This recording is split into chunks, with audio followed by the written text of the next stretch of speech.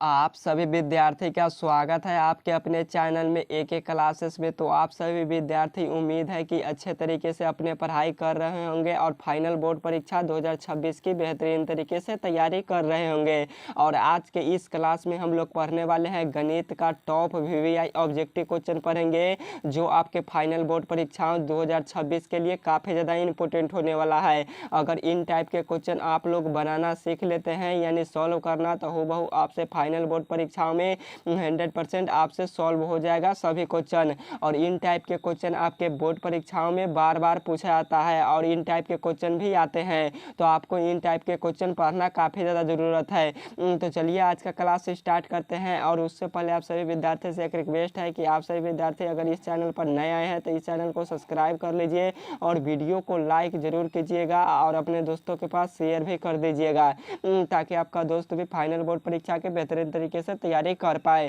तो इस वीडियो को शेयर जरूर कर दीजिएगा। और आप सभी विद्यार्थी को आज है 17 सितंबर, तो आप सभी विद्यार्थियों को विश्वकर्मा पूजा की ढेर सारी शुभकामनाएं, क्योंकि आज 17 सितंबर है और इस क्लास को हम कर रहे हैं। तो चलिए आज का क्लास स्टार्ट करते हैं और महत्वपूर्ण ऑब्जेक्टिव को हम लोग बनाना सीखते हैं। तो फर्स्ट नंबर क्वेश्चन में आपसे पूछा गया है कि रूट अंडर 10 गुने रूट अंडर 15 बराबर है।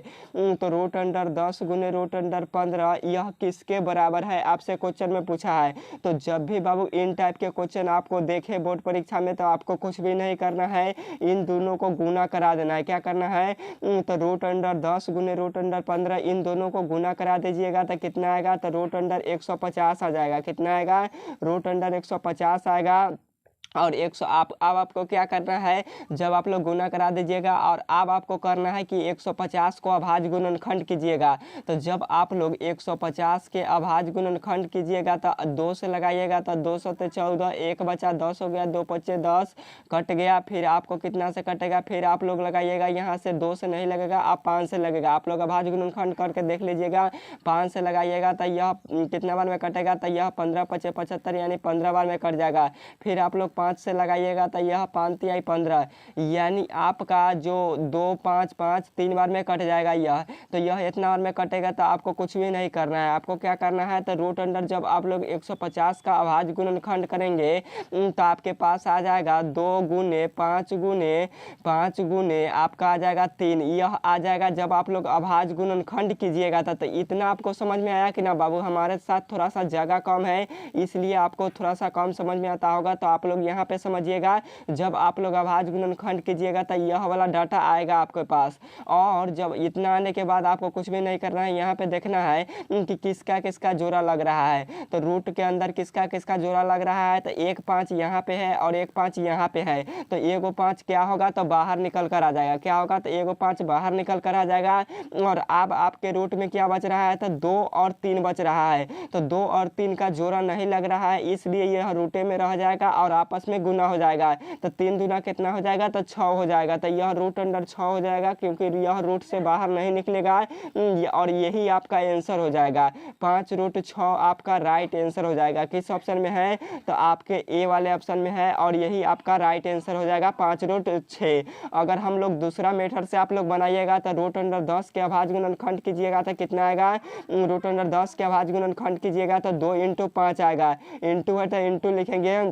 और जब आप लोग 15 का अभाज्य गुणनखंड कीजिएगा तो 3 गुने 5 आएगा। क्या आएगा, तो 3 गुने 5 आएगा। यह सभी के सभी रूट में रहेगा। क्या होगा, तो यह सभी के सभी रूट में आएगा। आप लोग दूसरा मेथड से भी बना सकते हैं। तो इतना आएगा, आपको कुछ भी नहीं करना है। अब आपको करना है कि देखना है किसका किसका जोड़ा लग रहा है। तो यहाँ पे रूट अंडर 5 एक यहाँ है एक यहाँ है, यानी 2 को 5 है तो 1 को 5 बाहर निकल कर आ जाएगा। और 2 और 3 बचा है रूट के अंदर, जिसका जोड़ा नहीं लगेगा वह रूटे में रह जाएगा और वह आपस में गुना हो जाता है। तो 3 दूना कितना होगा, तो 6 हो जाएगा। तो 5 रूट 6 हो जाएगा। आप लोग जिस भी प्रकार से चाहे उस प्रकार से आप लोग आराम से चाहे तो आप लोग बना सकते हैं क्वेश्चन को। तो आपसे किसी भी प्रकार से क्वेश्चन पूछे आपसे बन जाना चाहिए। तो दोनों मेथड आपको याद रखना है बाबू। 2 नंबर क्वेश्चन में आपसे पूछा गया है, यह क्वेश्चन इंपोर्टेंट है। पूछता है कि do bracket then sine square theta plus cos square theta बराबर क्या होगा। क्वेश्चन पूछता है, तो do bracket then sine square theta plus cos square theta बराबर बराबर क्या होगा। तो आप गौर से देखिएगा, यहाँ पे गौर से देखिएगा कि sign square theta plus cos square theta बराबर क्या होता है। यह डायरेक्ट फार्मूला ही आपको दिया हुआ है। तो sign square theta plus cos square theta बराबर 1 होता है। क्या होता है? तो 1 होता है। यहाँ पे क्वेश्चन में क्या दिया है? तो 2 sign square theta plus cos square theta. तो आपको कुछ भी नहीं करना है, 2 है तो 2, इनके बीच में कुछ भी नहीं है तो गुना का चिन्ह है, और sign square theta plus cos square theta बराबर क्या होता है? तो 1 होता है। जस्ट अभी बताए हैं। तो 2 में 1 से गुना कीजिएगा तो कितना आएगा? तो 2 ही आ जाएगा।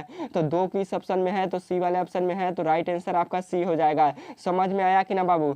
यह क्वेश्चन आपको समझ में आया कि ना? आप लोग जरूर कमेंट बॉक्स में बताइएगा। यह क्वेश्चन इंपोर्टेंट था।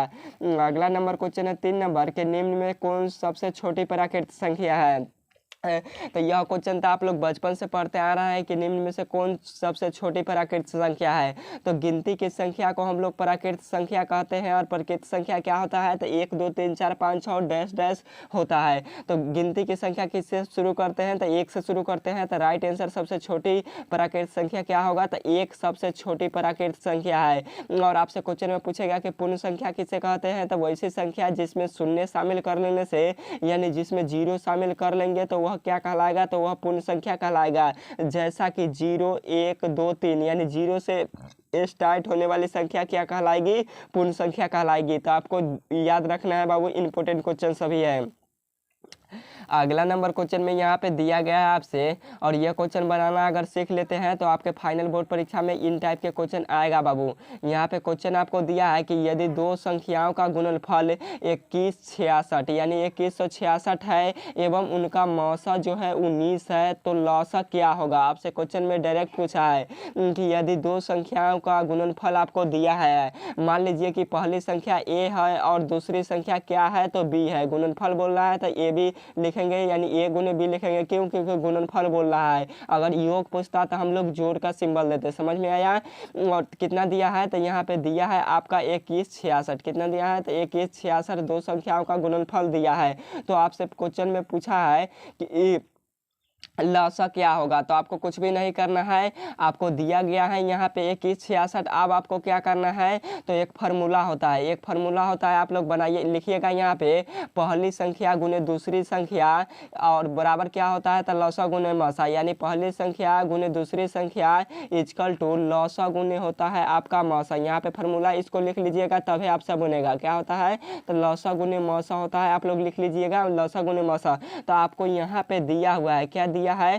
तो यहाँ पे देखिएगा पहली संख्या का दो संख्याओं का गुणनफल दिया है। तो पहली और दूसरी संख्या हमें पता नहीं है, तो पहली और दूसरी संख्या को, पहली संख्या को हम लोग a मानेंगे और दूसरी संख्या को b मानेंगे। तो a गुने b लिख दीजिएगा, आराम से आपको हो जाएगा। इनके बीच में कुछ भी नहीं, तो गुना बराबर है तो बराबर। लौसा आपको निकालना है क्योंकि क्वेश्चन में आपको बोला है लौसा क्या होगा। तो कुछ भी नहीं करना है, आपको लौसा लिख लेना है यहाँ पे। और गुना, गुना में मौसा है, तो मौसा का कितना दिया है? तो मौसा हमारा 19 दिया है। कितना दिया है? तो मौसा हमारा 19 दिया है। कितना दिया है? तो 19 दिया है। 19 दिया है, लिख लिए बिल्कुल। और आपका जो ए बी का मान कितना दिया है? तो 2166। ए और बी का मान कितना दिया है? यहाँ पे देखिएगा आप लोग अच्छे तरीके से, यहाँ पे देखिएगा कि दो संख्याओं का गुणनफल यानी ए गुने बी का मान कितना दिया है? तो 2166 दिया है। तो आपको कुछ भी नहीं करना है, यहाँ पे लिखिएगा 2166 यानी 2166 बराबर में क्या है? तो बराबर में लौसा गुने मौसा है। क्या है? तो बराबर में लौसा गुने मौसा है। और मौसा का मान हम लोग कितना रखे थे? तो 19 रखे थे। कितना रखे थे? तो मौसा का मान हमें 19 दिया है। तो आपको कुछ भी नहीं करना है, जब इस साइड आएगा तो यह भाग करेगा, उससे अच्छा आप लोग यहीं से कटा दीजिएगा। जब यह इसको 100 आप लोग 2166 को 19 से कटाइएगा तो यह कितना बार में कटेगा? तो यह 114 बार में कट जाएगा। और आपका राइट आंसर यही इक्वल कर आ जाएगा लौसा। जब आप लोग